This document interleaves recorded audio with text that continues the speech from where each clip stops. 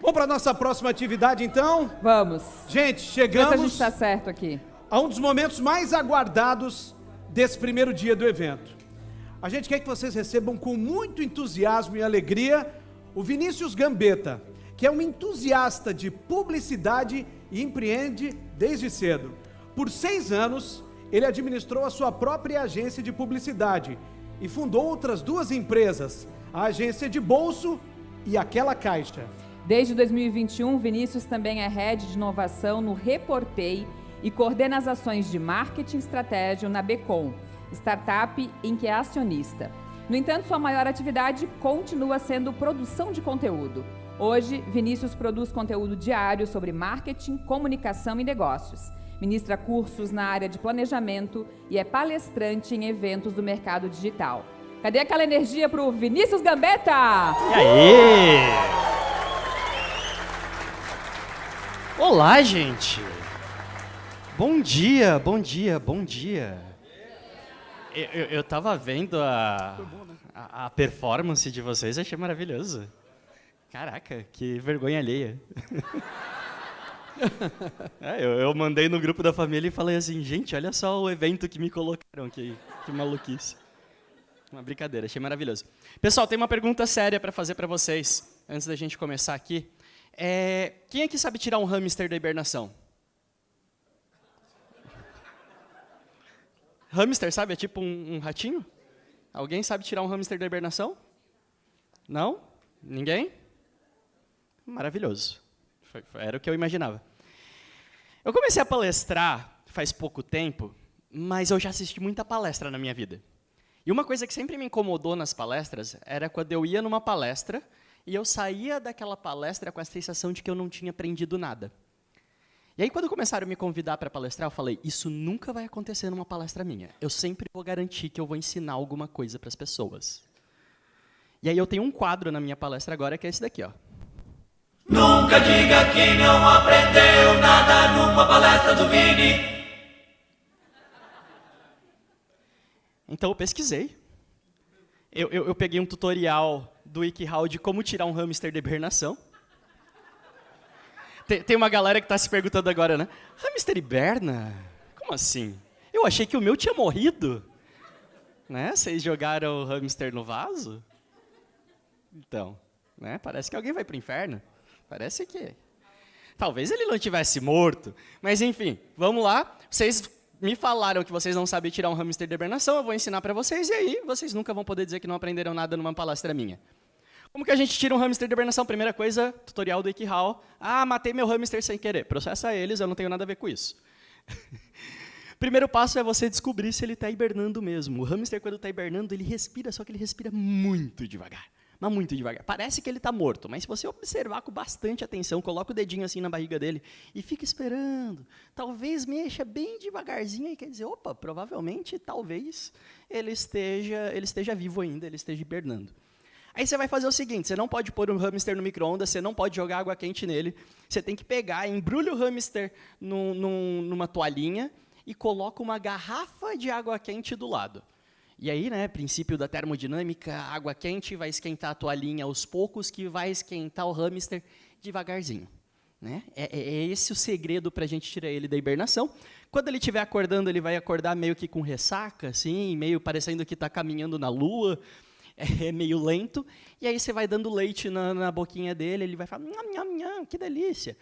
Quando ele estiver melhor, você alimenta ele com sementes e alguma coisa que seja rica em gordura, e aí pronto, você vai ter um hamster feliz, vivo, saltitante e menos hibernado.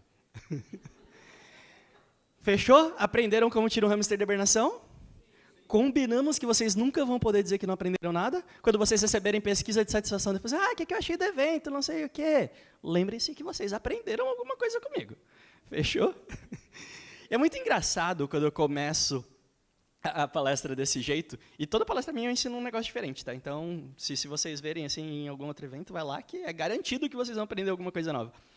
Mas é muito legal, porque quando eu entrei no palco, assim, tinha até um pessoal que estava mexendo no celular, eu vi que tinha um pessoal conversando, e aí quando eu perguntei do hamster, todo mundo olhou para mim.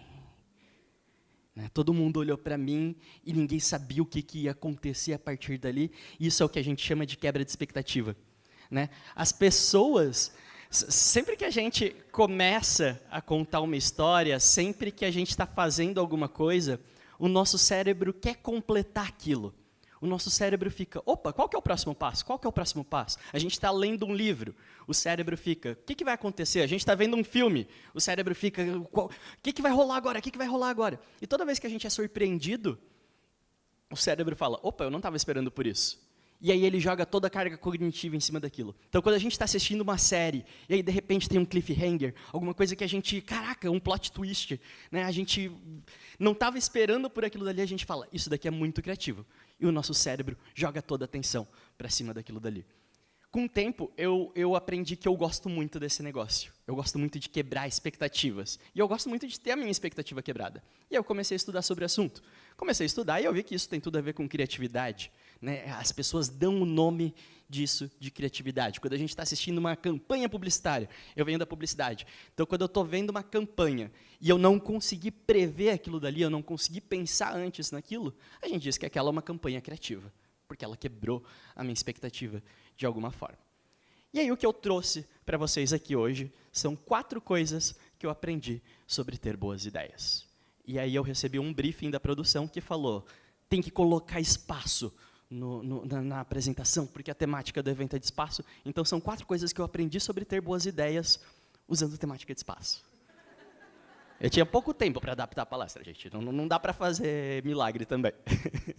Mas vamos lá, vamos começar com a definição. O que é criatividade, então, né? E eu acho muito legal o conceito de criatividade, porque é sempre uma loucura, né? É sempre umas cabeças explodindo, é sempre cor para tudo quanto é lado, sempre um monte de bagunça. Não sei se vocês já tiveram a oportunidade de pesquisar criatividade no Google Imagens. É isso daqui que vocês vão ver. É sempre muito artístico, muito violento. Tem essa imagem aqui, ó, minha favorita. Isso daqui, para o Google Imagens, é a definição de criatividade. Esse cara aqui não é criativo, esse cara aqui tem TDAH, é outra coisa, é outro rolê. Esse cara aqui precisa de terapia, entendeu? E isso sempre me incomodou, porque eu precisava ser criativo, né, e ao longo da minha carreira sempre me exigiram que eu fosse criativo, mas não em umas situações assim, onde eu estava inspiradaço e, meu Deus, olha só a magia da criatividade. Não, era muito mais... O cliente está me enchendo o saco, terça-feira, 5 horas da tarde, porque eu preciso soltar uma campanha e eu preciso conseguir ser criativo ali. Como que eu trago isso para uma planilha de Excel, né? Como que eu consigo trazer essa criatividade para que ela funcione meio que quando eu quiser? E aí eu comecei a ler, comecei a estudar o que é criatividade, né? Vocês já devem ter ouvido falar aquele lance de que a parte direita do cérebro é racional, a parte esquerda é a parte criativa. Hoje a ciência sabe que não é assim que funciona. O que existe de consenso na ciência é isso daqui, ó. A gente tem o nosso cérebro, isso daqui é um cérebro, e a gente tem uma rede executiva no nosso cérebro, que é toda essa parte rosinha aqui. A rede executiva é responsável por tudo aquilo que a gente faz intuitivamente não, que a gente faz ativamente, que a gente faz querendo fazer, que a gente resolve, é uma tarefa que a gente está executando, a gente está limpando a casa, a gente está fazendo um planejamento estratégico para os próximos 3 anos, tudo isso é a rede executiva que está trabalhando. Mas a gente também tem a rede padrão, que é aquela rede da introspecção, é a rede da conversa com a gente mesmo, é a rede da imaginação. Então, quando você está em casa, lá, de boas, você está no banho, relaxando, o que você está trabalhando ali é a tua rede de imaginação. E aí a gente tem a rede de saliência, que não é aquele tipo de saliência que vocês imaginaram, é outro tipo de saliência, que a rede de saliência ela funciona como se fosse um filtro. Então, ela vai analisar as tuas ideias no mundo da imaginação e ela vai falar, putz, isso daqui é legal, isso daqui pode ser executado. E aí ela pega e manda para a rede de execução. E aí, o nosso cérebro, né, quando a gente está trabalhando de maneira criativa, ele fica assim, ó, fica todo em atividade, show de bola. Só que vocês já devem ter ouvido falar, ou até percebido isso, que quando a gente é pequeno, a gente é mais criativo, né? As crianças são muito criativas. E as crianças são muito criativas porque essas 3 redes delas estão lá no talo, elas estão usando essa rede muito. Porque as crianças elas não conhecem do mundo ainda, elas estão descobrindo as coisas. Se elas não conhecem, elas vão usar muito a rede da imaginação. Porque elas precisam imaginar as coisas, elas não sabem para que serve uma tomada, elas vão ficar imaginando para que serve aquela tomada. Ao mesmo tempo, como elas não conhecem do mundo, elas querem testar tudo. Então, elas precisam trazer tudo para a rede de execução. Quem é que faz essa transferência? A rede de saliência. Então, elas ficam usando tudo. Elas não sabem para que serve a tomada, a rede de saliência vai lá e fala, opa, você precisa testar esse negócio. Ela vai lá, executa e coloca o dedo na tomada. Aprende uma lição interessante. Mas, conforme a gente vai envelhecendo, a gente vai imaginando menos. Porque a gente não precisa mais, né? A gente já vai conhecendo o mundo, a gente já levou o choquezinho na tomada, a gente já quebrou a cara algumas vezes. Então, a gente não precisa mais imaginar tanto. E o pouco que a gente ainda imagina, a gente tem medo de levar para a rede de execução. Porque a gente fala, vai que me julgam, né? Lembra aquela vez que a gente estava num brainstorming e eu dei uma ideia, daí eles acharam a minha ideia meio merda? Putz, e se repetir isso, né? E aí a gente vai se julgando. Então, acontece um negócio, né, que, com o passar do tempo, a gente desliga o nosso olhar curioso sobre o mundo, a gente não olha mais com curiosidade para as coisas, e a gente liga o nosso julgamento. E aí, para a gente ser criativo, a gente precisaria, essencialmente, inverter essa lógica. A gente precisa voltar a olhar com curiosidade para as coisas, e a gente precisa desligar o nosso julgamento. Então, hoje, à tarde, quando vocês começarem a trabalhar nos projetos e tal, eu acho que essa é a primeira dica que eu daria para vocês. Assim. Olhem com curiosidade para os detalhes, olhem com curiosidade para os problemas. Eu já fui muito mentor de Startup Weekend, e uma coisa que a galera sempre falava para a gente nesses eventos era, pô, se apaixona pelo problema, sabe? A solução, existem 1.475.000 possíveis soluções para aquele problema, mas o problema é um só. Então, você se apaixona pelo problema, você olha curiosamente para cima dele e, com certeza, você vai conseguir alguma coisa interessante. E aí, isso me lembra também uma história bem interessante desse cara aqui, ó, o Jorge de Mestral, de 1948. Esse cara aqui era um suíço, um bancário suíço, se eu não me engano, não lembro, isso é irrelevante para a história. Mas esse cara aqui, ele estava passeando com o cachorro dele no mato, na floresta, e aí ele percebeu que umas plantinhas muito sacanas, você já deve ter visto isso, que essas plantinhas aqui começaram a ficar presas no cachorro. E aí ele chegou em casa, ele começou a tirar, ele viu que era muito difícil de tirar aquelas plantinhas do cachorro, e aí ele teve uma ideia sensacional. Ele começou a olhar curiosamente para cima dessas plantinhas e como que elas funcionavam e qual que era o mecanismo delas, e esse cara inventou o velcro. Eu não sei se vocês já tiveram a oportunidade de olhar o velcro de perto. O velcro é um negócio muito mágico. É muito legal a forma como funciona o velcro. E eu trouxe isso daqui hoje porque a temática espacial, né? E eu descobri que a NASA, até 2010, eles eram o maior consumidor particular de velcro do mundo. Porque eles usavam velcro em tudo. Você pensa que eles têm um monte de coisa na estação espacial que eles não podem utilizar, tem que ser algo que seja fácil de prender na parede, mas, ao mesmo tempo, não pode ser muito difícil deles tirarem, e as coisas não podem ficar voando. Eles também não podem utilizar imã, porque o imã, se sair voando ali, ele vai prender em qualquer parte de metal, isso poderia ser um problema. Eles também não podem ficar usando fita adesiva, porque não é reutilizável, e assim por diante. Esse cara inventou o velcro, 20 anos depois, era super utilizado. Surgiu de um olhar curioso. Então, eu falei para vocês que eu ia ensinar 4 coisas. A primeira coisa é essa. Precisamos manter o olhar curioso em cima dos nossos objetivos, dos nossos problemas, do nosso planejamento, de qualquer coisa que vocês forem resolver na vida. Legal?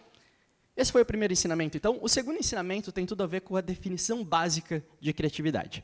Para mim, a criatividade é a gente se distanciar do senso comum. E aí, como é que funciona? Vamos imaginar a criatividade sendo uma escala, e a gente sempre vai sair do senso comum, e conforme a gente vai se afastando desse senso comum, a gente vai ficando mais criativo.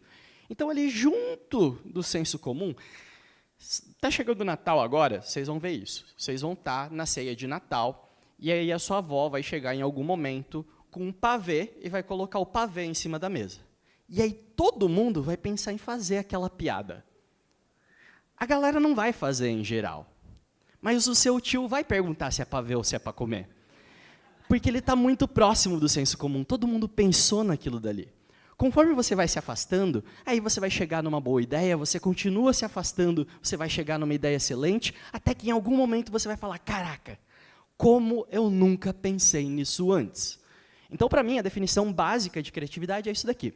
De um lado, a gente tem senso comum, de outro lado, a gente tem criatividade. E eu quero jogar um jogo com vocês agora. I wanna play a game. Peguem alguma coisa que vocês possam anotar. Pode ser celular, pode ser bloquinho, qualquer coisa que vocês possam fazer uma lista.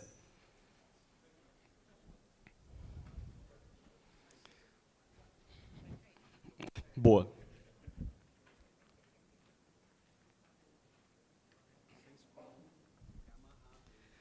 Fechou.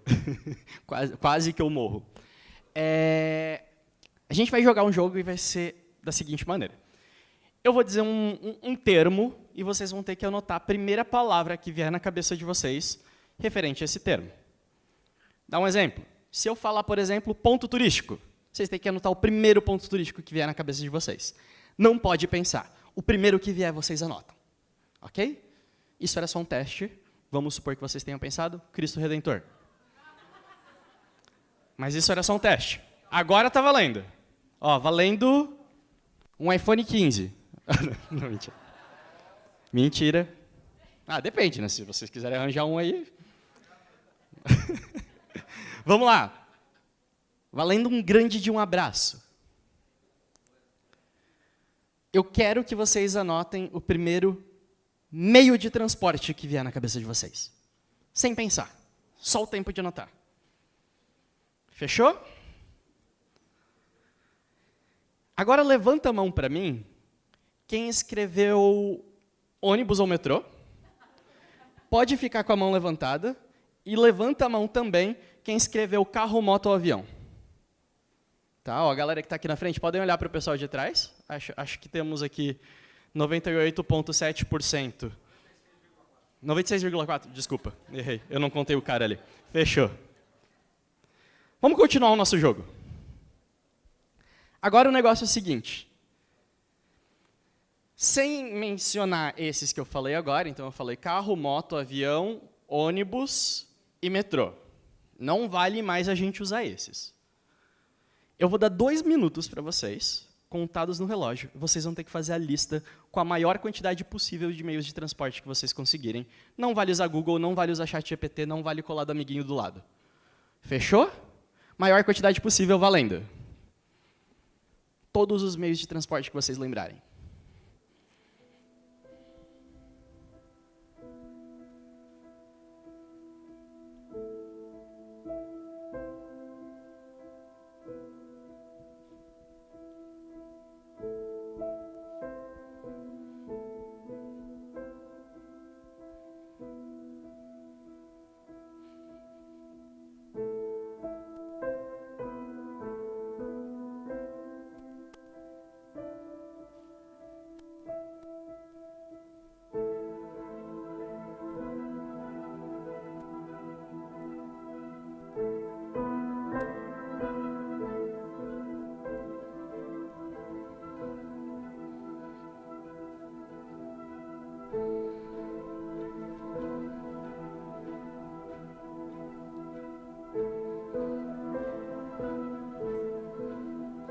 Agora começa a ficar difícil. Vocês vão pensando que acabaram todos os meios de transporte do mundo.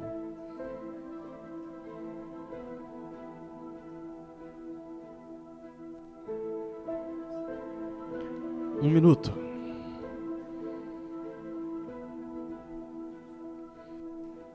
Nossa, mas tem gente que já fez 5.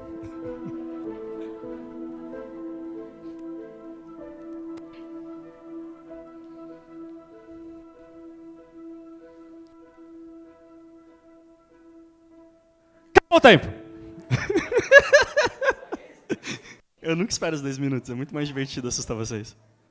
A palestra é minha? Vamos fazer o seguinte agora? Olha para os 3 últimos itens. Quem escreveu mais? Quem escreveu... Vai lá. Quantos vocês escreveram aqui? Mais que 15? 18. Mais que 18?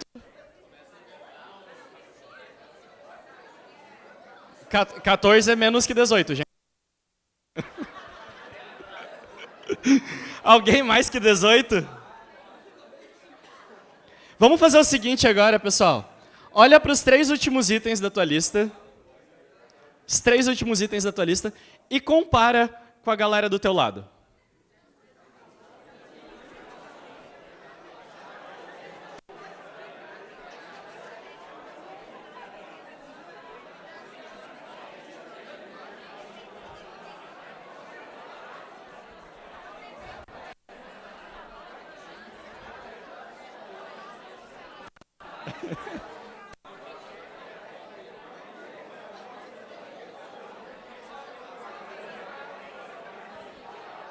Fechou.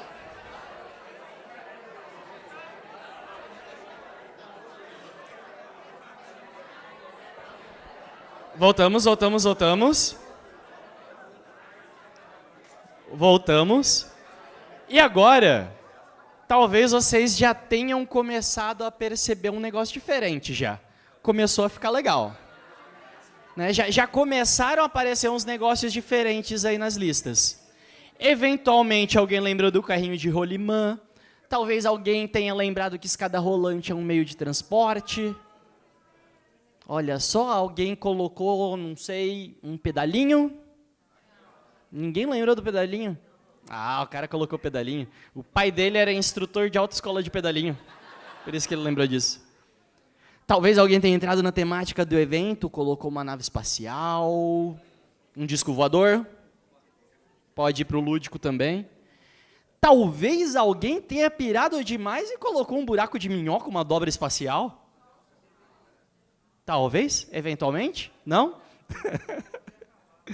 Mas é assim que funciona o processo criativo. Vocês perceberam que quando eu mandei vocês pensarem na primeira coisa que veio na cabeça de vocês, todo mundo pensou mais ou menos na mesma coisa?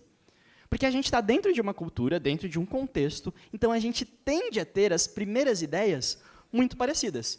Então as nossas primeiras ideias vão ser ali carro, ônibus, moto, avião, barco, tudo isso daqui é senso comum. Aí a gente vai se afastando do senso comum. A gente vai resolvendo o problema de várias maneiras diferentes. A gente não se contenta mais com uma maneira de resolver o problema. Aí a gente começa trem, cavalo, skate, jangada, charrete, trenó, isso daqui já é a boa ideia. Olha só, ninguém vai lembrar de uma charrete como primeiro meio de transporte.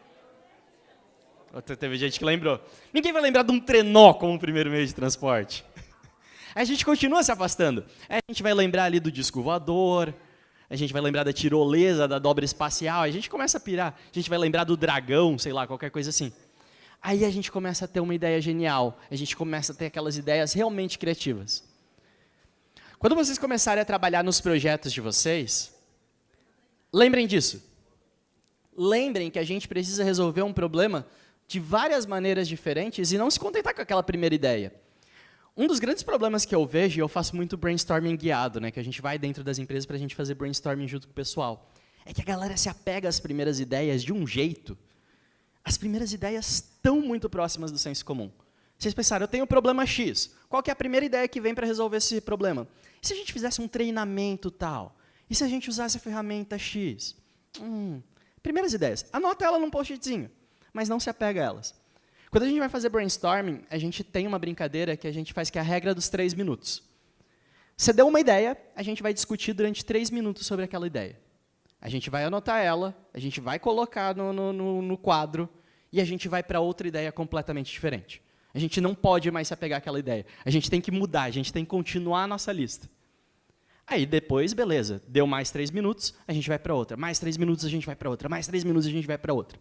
Depois que a gente tiver uma série de ideias validadas, aí sim a gente consegue explorar elas melhor e a gente vê o que faz sentido, o que não faz sentido, discute um pouquinho mais cada uma delas. Mas se a gente se apega a uma ideia muito no início, a gente vai estar se pegando às ideias que são senso comum. Maravilha? E é bom a gente entender também que isso é um processo. Você vai ter que passar pelas ideias que são meio merda para poder chegar em umas ideias da hora. né? Não tem como a gente dar esse salto. Ninguém vai lembrar da dobra espacial passando pelo carro. E eu fiz essa dinâmica aqui, foi 1 minuto e meio, nem foi 2 minutos. Durante 1 minuto e meio com vocês. Vocês já conseguiram lembrar de vários meios de transporte diferentes. Imagina se a gente ficasse 2 horas resolvendo isso. Imagina se vocês ficassem até sábado pensando em soluções diferentes. Isso é muito legal. Abre a possibilidade de vocês pensarem em muitas coisas diferentes para o planejamento de vocês.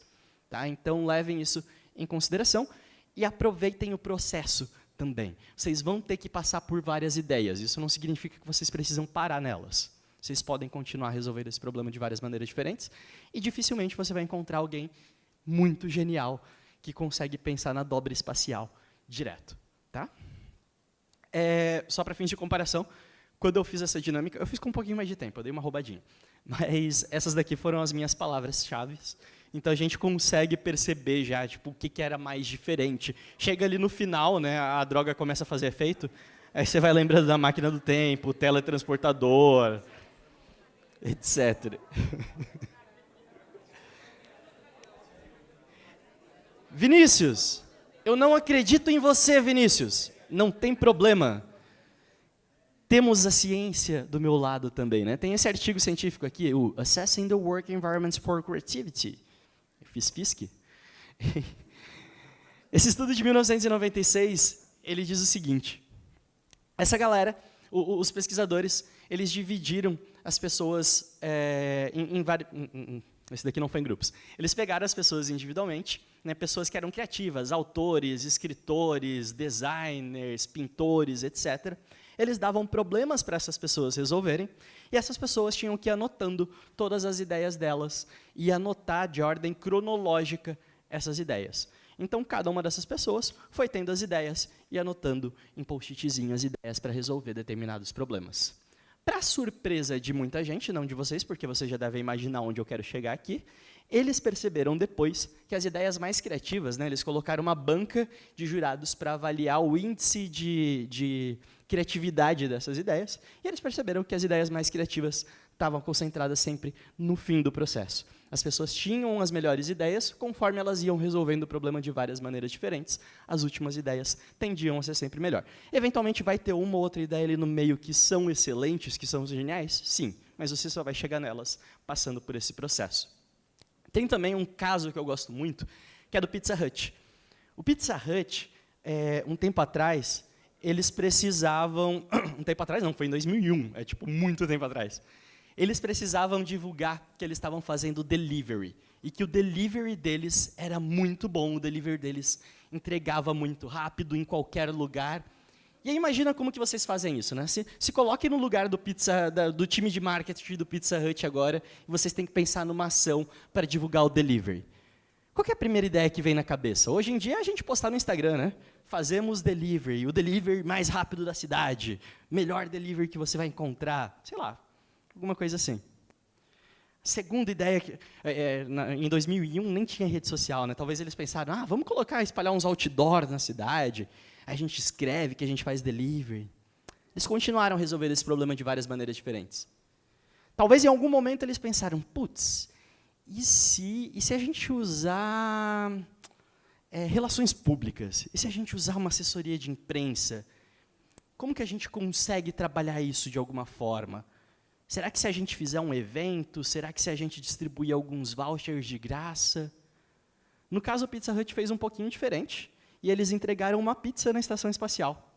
Não sei se vocês já ouviram falar dessa história, mas foi muito legal. O Pizza Hut, em 2001, eles contrataram uma empresa russa para levar várias pizzas para a estação espacial. Caso vocês não saibam, é assim que funciona para você comer uma pizza na estação espacial.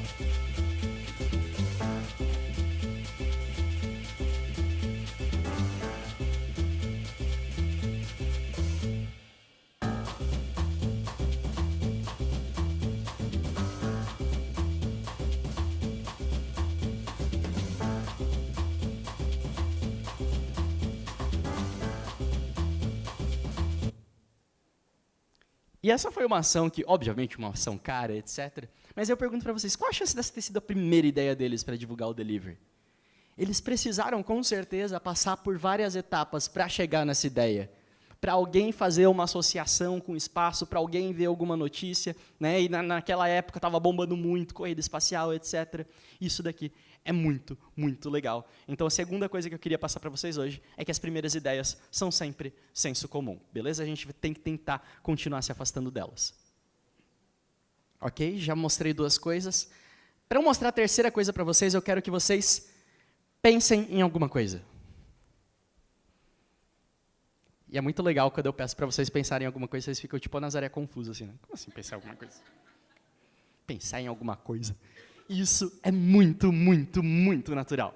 Porque quando eu peço para vocês pensarem em alguma coisa, vocês acabam se deparando com um negócio que a gente chama de universo de possibilidades. Porque vocês podem pensar em absolutamente qualquer coisa. E isso é angustiante. A gente tende a travar quando a gente pode pensar em qualquer coisa. Vocês podem pensar em um cortador de unha, cara. Vocês podem pensar na cadelinha Laika que foi para o espaço. Hip Laika.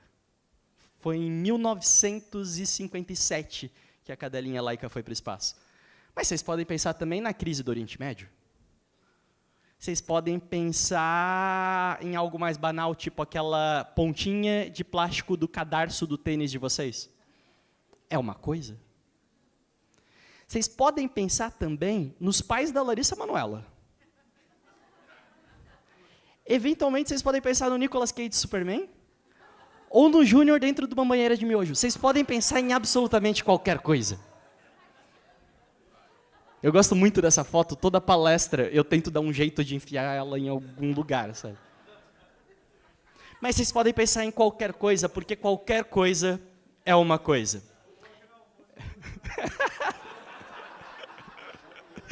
Tomara que tenha macarrão no almoço. E quem falava muito sobre isso era esse cara aqui, ó, Tim Herford. O Tim Herford dizia que quando a gente precisa pensar em alguma coisa simplesmente, a tendência do nosso cérebro é travar. Porque ele vê muitas possibilidades ao mesmo tempo. E aí ele fala, nossa, eu quero ir para todos os lados. Não consigo ir para lugar nenhum. É mais ou menos assim que funciona. Então, vamos imaginar, antes a gente imaginou a criatividade de uma maneira bem linear. Vamos imaginar ela agora um pouquinho mais espacial, né? Então, esse daqui sou eu, e ao meu redor, a gente tem aquelas ideias, né, próximos de mim, a gente tem as ideias que são senso comum, sensacional. Conforme a gente vai se afastando dessas ideias senso comum, a gente consegue explorar as ideias mais criativas, perfeito? Se alguém assistiu a minha palestra só até um pouquinho antes, até 3 minutos atrás. Eu falei, pô, você vai lá, você pega o problema, você resolve o problema de 20 maneiras diferentes, a 20ª ideia vai ser melhor, vai ser mais criativa, certo? O problema é que se a pessoa pegou só isso, ela pode fazer isso daqui, ó. Ela vai para todas as direções. E aí ela não vai ter mais 20 ideias e a 20ª vai ser melhor. Ela vai ter 20 primeiras ideias e as 20 ideias vão ser senso comum. Porque ela não limitou o universo de possibilidades dela. Quando eu falei para vocês, pensem em um meio de transporte, eu limitei o universo de vocês. Vocês pensaram em um meio de transporte, depois vocês pensaram numa lista de meios de transporte diferente, e vocês conseguiram chegar no pedalinho, na escada rolante, etc. Se ao invés disso eu tivesse falado, façam uma lista com todas as palavras que vêm na cabeça de vocês, o que ia acontecer? Provavelmente vocês iam fazer um meio de transporte, uma ferramenta, uma fruta, um animal, uma cor, e aí vocês iam esbarrar no ônibus, no martelo, na maçã, no cachorro, no vermelho. Vocês iam ter várias primeiras ideias diferentes. Quando a gente limita o nosso processo criativo, aí sim a gente consegue resolver de várias maneiras diferentes aquele problema e se distanciar do senso comum. Então, hoje eu trabalho muito produzindo conteúdo. Quando eu preciso produzir conteúdo, eu não sento na frente do computador e eu falo, vou criar um conteúdo. Eu falo, pera lá, eu tenho que criar um conteúdo sobre prospecção ativa usando o GIF da Nazaré Confusa. Aí eu vou ter 20 ideias de como fazer isso e a 20ª ideia vai ser melhor. Então, você precisa limitar o teu processo criativo de alguma maneira. Você escolhe uma direção e, a partir dela, você tenta resolver aquilo de várias maneiras diferentes. Depois, você pode mudar a direção, tentar mais algumas maneiras diferentes, muda a direção e assim por diante. Beleza? Eu uso essa técnica aqui para produzir conteúdo e ela também funciona, né? A limitação ela é muito importante quando você vai definir problemas, né? Já aconteceu Eu vejo muito isso. Você chega num brainstorming e a galera fala assim, ó, a gente está organizando um evento. Vamos fazer um brainstorming para a gente falar do evento? Cara, um evento é um negócio gigante. O evento tem recepção, o evento tem credenciamento, o evento tem curadoria, o evento tem financeiro, o evento tem marketing.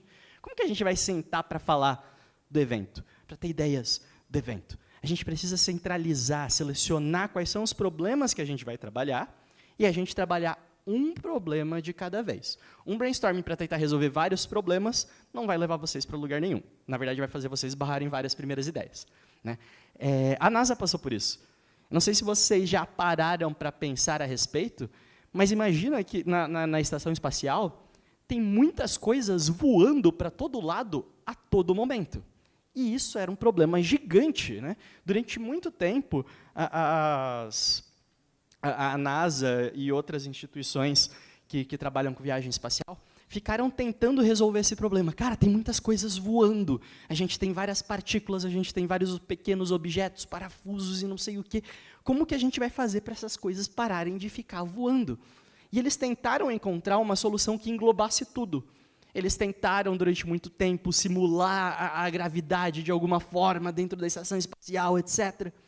E eles gastaram muita grana, muito recurso, muito tempo, tentando encontrar uma solução que resolvesse todos os problemas. Então, alguns dos problemas que eles tinham, por exemplo, cara, farelo de pão. Imagina que o farelo de pão não é um problema se ele cai no chão ou se ele cai na tua mesa. Agora, se tem um monte de farelo de pão voando na nave, passa a ser um problema. Corte de cabelo, você vai cortar o teu cabelo, de repente, vira uma faca assassina que vai entrar no olho de todo mundo. Suor. Imagina que delícia, gotas gigantes de suor viajando pelo espaço e batendo na tua cara. Partículas de grafite, a galera levava, porque as canetas não funcionam no espaço, porque não tem a gravidade para puxar a tinta para baixo. Então a galera levava lápis, só que o lápis ele joga partículas de grafite no ar. O grafite é inflamável, e isso era um problema. Ou as próprias ferramentas, Imagina que legal, você está ali fazendo a tua esteira, sei lá, daí bate um martelo na tua cara, não é agradável, Então, eles tentaram, durante um tempo, resolver todos esses problemas de uma vez, eles não conseguiram chegar em lugar nenhum. E aí, eles começaram a olhar para cada um desses problemas individualmente. Eles mapearam todos os problemas que eles tinham, eram muito mais do que esses, e eles começaram a propor uma solução para cada um.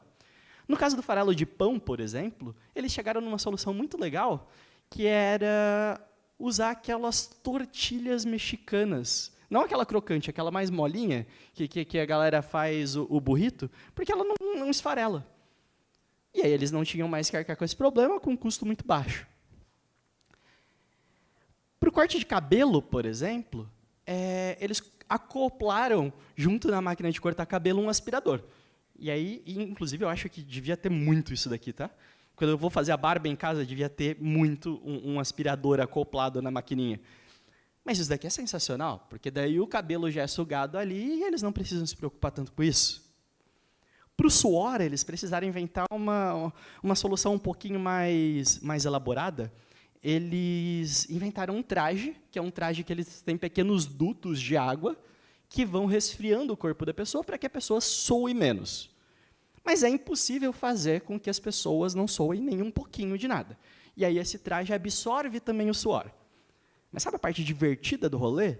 É que eles precisam lavar esses trajes em algum momento, e eles reaproveitam o suor das pessoas. Eles reaproveitam o suor e a urina das pessoas. 98% de todo o suor e a urina na estação espacial é reciclada. E vira água, eu não vou dizer que é potável ou limpa para beber, não encontrei essa informação, mas vira água que eles acabam utilizando, sei lá, para lavar a mão ou qualquer coisa do tipo. Isso é muito legal. As partículas de grafite, talvez vocês já tenham escutado essa história em algum momento. Tem até uma anedota que fala assim, nossa, o governo dos Estados Unidos gastou 9 milhões de dólares para desenvolver uma caneta que funcionasse no espaço, e aí a União Soviética foi lá e levou um lápis. Então, é meio que mentira, porque eles já tinham levado o lápis antes, só que o lápis tinha esse problema das partículas de grafite. E o que eles fizeram foi desenvolver uma caneta que funcionasse, uma caneta pressurizada ali, que funcionasse no espaço. Essa caneta custou 9,8 milhões de dólares para ser desenvolvida, E hoje, essa caneta é vendida por $9 na Amazon. É muito legal isso, né? Você pode comprar uma caneta espacial, cara, que funciona no espaço. Eles dizem que essa caneta é muito boa porque ela não estoura, tá? Eu queria muito comprar uma dessa, inclusive. As partículas de grafite e as ferramentas. A gente já falou sobre a solução das ferramentas, né? É o velcro. A NASA usa muito velcro. Não, eu estou falando da NASA, mas é qualquer outra companhia espacial, tá? Eles usam muito velcro para resolver os problemas deles. Então, a terceira coisa que a gente aprendeu aqui hoje foi que você precisa limitar o teu universo de possibilidades. Quando vocês estiverem pensando em como vocês solucionar as questões, e às vezes dá uma pirada, sabe? Vocês estão com algum projeto e falam, cara, a gente está com esse problema. Vamos criar uma limitação agora? Vamos imaginar que a gente tem que resolver isso sem energia elétrica. Como que a gente resolveria? Vamos imaginar que a gente tem que resolver isso imaginando que todos os stakeholders desse problema são analfabetos. E aí você começa a pirar nessas limitações que às vezes são muito idiotas, mas elas te levam para um caminho criativo muito legal. Então tentem fazer isso quando vocês se depararem com problemas. A gente já passou por 1, por 2, por 3. Qual que é a quarta coisa que a gente vai aprender hoje? A gente aprendeu com esse cara aqui, ó, Steve Johnson. O Steve Johnson ele tem um livro chamado De Onde Vêm as Boas Ideias, onde ele fala justamente sobre isso daqui. Ó. Ele fala que a criatividade ela nunca surge de um momento de eureka. Ela sempre surge da colisão de ideias menores. Ideias menores que se colidem e geram alguma coisa nova. Então, basicamente, eu estou aqui tendo as minhas ideias. Cada bolinha dessa é uma ideia. Eu pego uma ideia, eu colido com a outra e eu crio alguma coisa nova. Vamos supor que é a minha lista de meios de transporte, né? Eu tenho aqui o carro, e aí eu vou colidir com o skate, e aí isso me dá a ideia do carrinho de rolimã. Então eu vou juntando as coisas, misturando elas, tal, maravilha. Eu posso fazer isso sozinho? Posso fazer isso sozinho. Vai funcionar? Vai funcionar. Mas vai funcionar muito melhor se eu fizer com outra pessoa. Porque aí a gente tem percepções diferentes. Eu sou o famigerado piá de prédio, né? Então, talvez eu vá lembrar que elevador é um meio de transporte muito mais rápido do que alguém que viveu na roça e teve contato com um trator, porque essa pessoa vai lembrar do trator antes. Né? E aqui eu estou dando exemplos com meio de transporte, mas é assim para qualquer outro problema da vida. A gente sempre sai do senso comum, e depois do senso comum, a gente começa a usar as nossas experiências para resolver os problemas, e as nossas experiências são todas diferentes. Se a gente junta pessoas diferentes e começa a colidir as ideias delas, a gente tende a conseguir ideias criativas numa velocidade muito maior. Então, o ideal é que você pegue as suas ideias, colida com as ideias do amiguinho, e aí vocês vão chegar a ideias muito mais da hora. Você pode fazer isso com uma pessoa? Pode. Com 2 pessoas? Pode. Com 3 pessoas? Fica maravilhoso. É o que eu chamo de surubão criativo. Ou brainstorming. Mas o mais legal é isso, cara. Pessoas diferentes têm percepções diferentes geram ideias diferentes. Né? Eu tive agência de publicidade durante 7 anos, e a gente fazia uma dinâmica quando a gente tinha que resolver problemas com algum cliente muito grande, que a gente chamava justamente de técnica do alienígena. A gente chamava alguém de fora daquele nosso mundo para fazer o brainstorming com a gente. Então, eu já levei minha mãe para fazer brainstorming. Né? Já teve o filho do meu sócio, indo de, sei lá, 4 anos, fazendo brainstorming com a gente. E isso era muito legal, porque traz uma visão completamente diferente dos problemas que a gente está trabalhando. Então, quando vocês estiverem trabalhando problemas também, não tenham medo de pedir opinião, de pedir para alguma outra pessoa de fora do mundo de vocês participar e ajudar de alguma maneira. Isso vai trazer uma percepção muito legal e as ideias vão ser muito diferentonas. Inclusive, a própria NASA teve essa ideia de trabalhar com colisão de ideias, porque eles tinham um problema muito grande, também não sei se vocês já pararam para pensar nisso, que é o cocô. O cocô é um problema gigante no espaço, né? Às vezes, literalmente, inclusive. Inclusive, olhem essa reportagem. But there's one area the space agencies have not been able to quite figure out. What to do about human waste. Astronauts have to wear diapers while in transit, sometimes for days at a time. Ooh. So NASA has introduced the Space Poop Challenge. This is such a sexy story, gosh. It's looking for a system to collect human waste inside a spacesuit for up to 6 days. And it keeps getting better. Without the use of hands. NASA's actually awarding $30,000 for the 3 best ideas. Eles fizeram um desafio do cocô espacial. E os competidores tinham que inventar uma maneira de poder captar os dejetos sem usar as mãos, né? sem colocar as mãos, porque não poderia despressurizar os trajes espaciais. E aí eles criaram uma competição em todo o mundo para que as pessoas pudessem participar e dar as ideias, justamente porque eles entenderam o poder do coletivo na hora de ter ideias. Nesse caso, foram 20 mil competidores. Né? Desses 20 mil competidores, o legal é que só 46 trabalhavam com soluções espaciais. Só 46 eram astronautas, engenheiros, alguma coisa assim. Todo o restante era uma galera aleatória. Tinha um açougueiro, tinha um médico, tinha um contador, e a galera ia dando ideias de como resolver aquele problema. Né? Teve, ao todo, 21 finalistas e 3 ganhadores. Né? Teve um projeto ganhador, que foi o projeto dos $30 mil, mas a solução final da NASA não era desse ganhador específico, e sim uma junção de várias ideias que eles viram ao longo de toda a competição. Né? Só por curiosidade, eu coloquei aqui qual que era a solução do ganhador, que eu imaginei que vocês iam querer ver isso. Né? The main part of this suit is the perineal access port, the female urine suction device. Also here is a male urine suction device, which would be through the introducer the same way into the port, and to suction device, the introducer goes through the PAP, in for the function, and then the fluids collected here and air returned to the suit. This is the feces containment and perineal hygiene device, where you would have an inflatable cuff, and this all would be rolled into an introducer as well, would open up. This is the bidet system that would allow you to wash the perineum after defecating. This cup would be stiff and elastic and would coil up when deflated and uncoil when inflated. You have suction and another lumen to inflate the device and for water. Eu entendi como funciona? Não. Eu queria um vídeo explicando melhor? Também não. Enfim, essa foi a ideia vencedora, mas a ideia que foi aplicada no final não foi nenhuma dessas, mas a junção de várias ideias. Imagina que legal você ter 20 mil pessoas pensando no teu problema.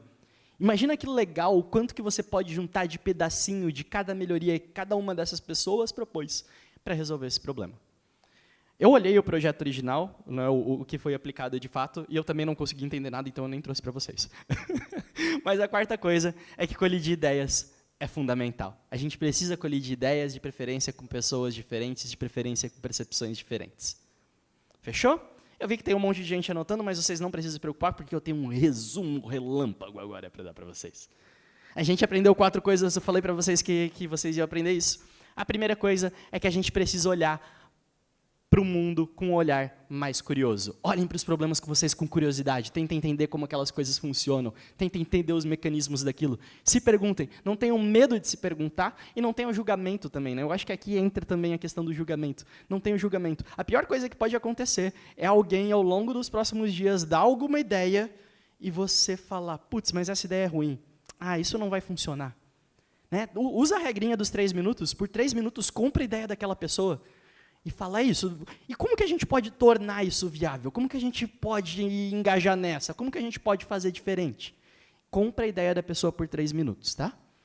Segunda coisa que a gente aprendeu hoje é que as primeiras ideias são sempre senso comum e a gente tem que continuar se afastando delas.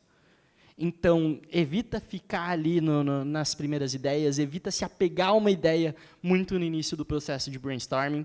Isso vai fazer com que vocês tenham mais caminhos para explorar, e provavelmente os caminhos que vierem vão ser melhores do que os caminhos que apareceram muito no início. A terceira coisa que a gente aprendeu é que você precisa limitar o teu universo de possibilidades. Então, está meio travado o rolê? Cria uma limitação. Vai ser mais difícil no começo, igual foi mais difícil para vocês pensarem numa lista de meios de transporte. Em algum momento vocês ficaram, caraca, eu não consigo mais pensar em meio de transporte. Seria muito mais fácil começar a escrever outras palavras aleatórias, mas vai ficando mais criativo. É inevitável. A tendência é que fique mais criativo conforme vai ficando mais difícil. E a quarta coisa que vocês aprenderam é que colidir ideias é fundamental. Então está aqui o nosso resuminho. Tem mais uma coisa que a gente aprendeu hoje também. Talvez teu hamster não tivesse morto. É isso, gente. Obrigado, eu sou Vinícius Gambetta e espero que vocês tenham gostado.